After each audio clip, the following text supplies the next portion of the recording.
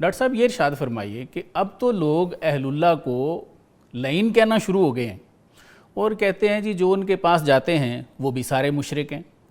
تو سر کیا یہ لوگ مشرک ہیں معاذ اللہ جن کا قرآن میں حضور صلی اللہ علیہ وسلم یا انبیاء کا جو گروہ ہے ان کے بعد جن کا تذکرہ ہے، اور کیا ایسے لوگوں کے پاس جانا یہ شرک ہے؟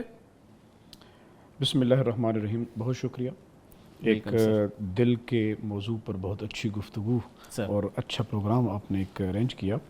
اس جو سوال آپ نے کیا ہے بنیادی طور پر اس کا حقیقی جواب کا تعلق بھی دل سے ہے. سبحان اللہ. اب دو جہتیں ہیں، ایک وہ جہت جو تنقید پہ ہے ٹھیک ہے، اور ایک وہ جہت جو دفاع میں ہے یا جو ان کے دروازوں پہ بیٹھے ہوئے ہیں. یہ سارے کے سارے دل کے ساتھ ہی کنیکٹڈ ہیں. ٹھیک ہے. میں یہاں پر اسی دل کی بات کو ہی جوڑتے ہوئے پھر اس سوال کے جواب کی طرف چلتا ہوں. حضرت اقبال نے کہا تھا کہ تڑپ رہا ہے فلا توں میان علم میان غیب حضور، جی ازل سے اہل خرد کا مقام ہے آراف. سبحان اللہ. تیرے ضمیر پہ جب تک نہ ہو نزول کتاب، واہ گرہ کشا نہ رازی ہے نہ صاحب کشاف. واہ واہ. حضرت اقبال یہاں پر بہت زبردست سمجھتے ہیں کہ دو ہی چیزیں ہیں، یا ایک عقل ہے اور ایک دل ہے. ٹھیک ہے. اب عقل اور دل میں ہم جب بات کرتے ہیں حق کو پہچاننے کی، تو اگر مقابلہ آ جائے تو کس کا انتخاب کیا جائے وہ خود قرآن مجید بتا رہا ہے. بالکل ٹھیک ہے. حق کی پہچان ہے قرآن، اللہ کا کتاب، اللہ کی کتاب. اب خود قرآن مجید کے اندر یہ بتایا جا رہا ہے کہ محبوب میں نے جبریل کو جو بھیجا کہ یہ میرا کتاب جا کے نازل کرے، تو اس نے کہاں پہ نازل کیا؟ اللہ قلب کا باذن اللہ. سبحان اللہ. یعنی جو نزول قرآن ہو رہا ہے وہ قلب مصطفیٰ پہ ہو رہا ہے. ٹھیک ہے. اور ایک اور جگہ پہ بھی فرمایا کہ جبریل نے آپ کے قلب انور پر قرآن کو بھیجا تاکہ آپ لوگوں کا تزکیہ کریں. واہ واہ. اب دیکھ لیں، قرآن آ رہا ہے قلب پر اور حضور سے کہا جا رہا ہے کہ اب تزکیہ کریں. تزکیہ بھی قلب پہ ہوگا، سبحان وہ بھی قلب پہ جا کے ہوگا. اب جب وہ آیت کریمہ جس کا تذکرہ آپ نے کیا کہ من النبیین و صدیقین و شہداء و صالحین، یہ جو چار طبقات ہیں، بنیادی طور پر آپ دیکھیں کہ نبیین انبیاء کو پہلے مقام پہ رکھا، اور باقی جو تینوں مقامات ہیں وہ تینوں کے تینوں اس نبوت کے فیض کے نیچے آتے ہیں. سبحان اللہ. وہ تینوں امتی ہیں، تینوں کے تینوں امتی ہیں، ہم تینوں اسی فیض سے آتے ہیں. بالکل ٹھیک ہے. اب یہ جو دل ہے، اس دل کے بارے میں کیا کہا گیا؟ دل کے بارے میں کہا گیا یہ اللہ کا گھر ہے. اللہ تعالیٰ کیا فرماتا ہے کہ میں زمین و آسمان میں کہیں نہیں سماتا، میں بندہ مومن کے دل میں سماتا. سبحان اللہ. سبحان اللہ. حضرت موسیٰ علیہ السلام نے عرض کی کہ مالک تجھے کہاں تلاش کروں؟ فرمایا میرے ان بندوں کے دلوں میں جا کر تلاش کر کہ دنیا سے جن کے دل میری وجہ سے میرے لیے ٹوٹ چکے ہوں. تو اس کا مطلب ہوا کہ یہ جو اللہ کے بندے ہیں، صدیقین، نبیین، صدیقین، شہداء اور صالحین، سر اس میں تو کوئی دوسری رائے تو ہے ہی نہیں کہ قلب میں ہی اللہ کا نور بھی آتا ہے، شرح صدر بھی اسی کی ہوتی ہے. ٹھیک ہو گیا. بیسک سوال سر یہ ہے کہ اب لوگ کہنا شروع ہو گئے ہیں کہ جی بندوں کے پاس نہیں جانا چاہیے، یہ جتنے جانے والے ہیں یہ بھی مشرک ہیں، اور معاذ اللہ جو بیٹھے ہیں وہ بھی شرک کروا رہے ہیں. کیا فرماتے ہیں سر؟ اب وہ جو اہل اللہ ہیں، اب سوال یہ ہے کہ کیا ان کے پاس جو جا رہے ہیں، ان کے دروازوں پہ جو پہنچ رہے ہیں، وہ کس کے دروازے پہ جا رہے ہیں؟ یا تو اب شرک ہے کیا؟ سبحان اللہ. شرک یہ ہے کہ بھی غیر اللہ سے وہ چیز مانگنا کہ جو آپ یہ کہتے ہیں کہ یہ حقیقی طور پر طاقت اور سب کچھ اللہ کی ہے، صفات، ذات، اور آپ اسی میں کسی اور کو شریک مان لیں. بالکل ٹھیک ہے. جب بندہ مومن کہہ دیتا ہے لا الہ الا اللہ محمد الرسول اللہ، اس کا تو ایمان آ گیا. اب وہ پہنچا ہے حضور داتا علی حجویری کے پاس، ٹھیک ہے، وہ پہنچا ہے حضرت سیدنا غوث اعظم کے جن کی شرح صدر ہوئی ہے، جہاں پہ جن کے سینوں میں اللہ کا نور ہے. صراط الذین انعمت علیہم، وہ ان لوگوں کے پاس پہنچا ہوا ہے. تو وہ کیوں پہنچا ہوا ہے؟ وہ کہتا ہے یہ تو وہی لوگ ہیں جن کا در مجھے خود رب نے دکھایا ہے. سبحان اللہ. اسی نور کے لیے جاتا ہے. الا ان اولیاء اللہ لا خوف علیہم ولا هم يحزنون. وہ گئے کیوں ہیں؟ وہ گئے ہوئے ہیں دل کے مرض کو ٹھیک کرانے کے لیے. سبحان اللہ. کہ جناب ہم دنیا جہاں کے مارے ہوئے ہیں، تمام طبیبوں اور حکیموں کے پاس گئے ہیں، ہمارے دل کے مرض کا علاج نہیں ہوا، اس لیے کہ خرد کے پاس خبر کے سوا کچھ اور نہیں، تیرا علاج نظر کے سوا کچھ اور نہیں. ہم اہل دل کے پاس آئے ہیں، بزرگوں کے پاس آئے ہیں، اور آئے بھی کس لیے ہیں؟ اس لیے آئے ہیں کہ وابتغوا الیہ الوسیلہ، کہ اللہ کی طرف وسیلہ تلاش کرو. تو پھر اللہ کی طرف جو وسیلہ ہے اس کے سب سے پیارے جو ہیں. ایک ذہنی سا سوال میرے ذہن میں آیا، یہ ارشاد فرمائیے کہ کیا یہ لوگ جتنے مبلغین ہیں، کیا ان کی اپنی شرح صدر ہوئی ہے؟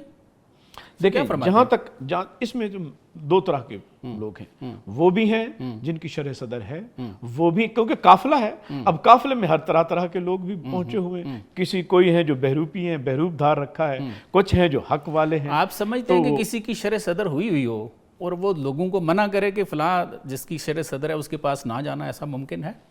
اہل اللہ کا یہ کمال ہوتا ہے۔ میں نارملی مجھ سے طالب علم پوچھتے ہیں کہ جناب آج فتنوں کا زمانہ ہے تو ہمیں بتائیں کہ ہم کس کو سنیں اور کس کو نہ سنیں، تو میں کہتا ہوں کہ اللہ تعالیٰ نے یہ جو دل دیا ہے نا، یہ سب سے بڑا ٹول ہے۔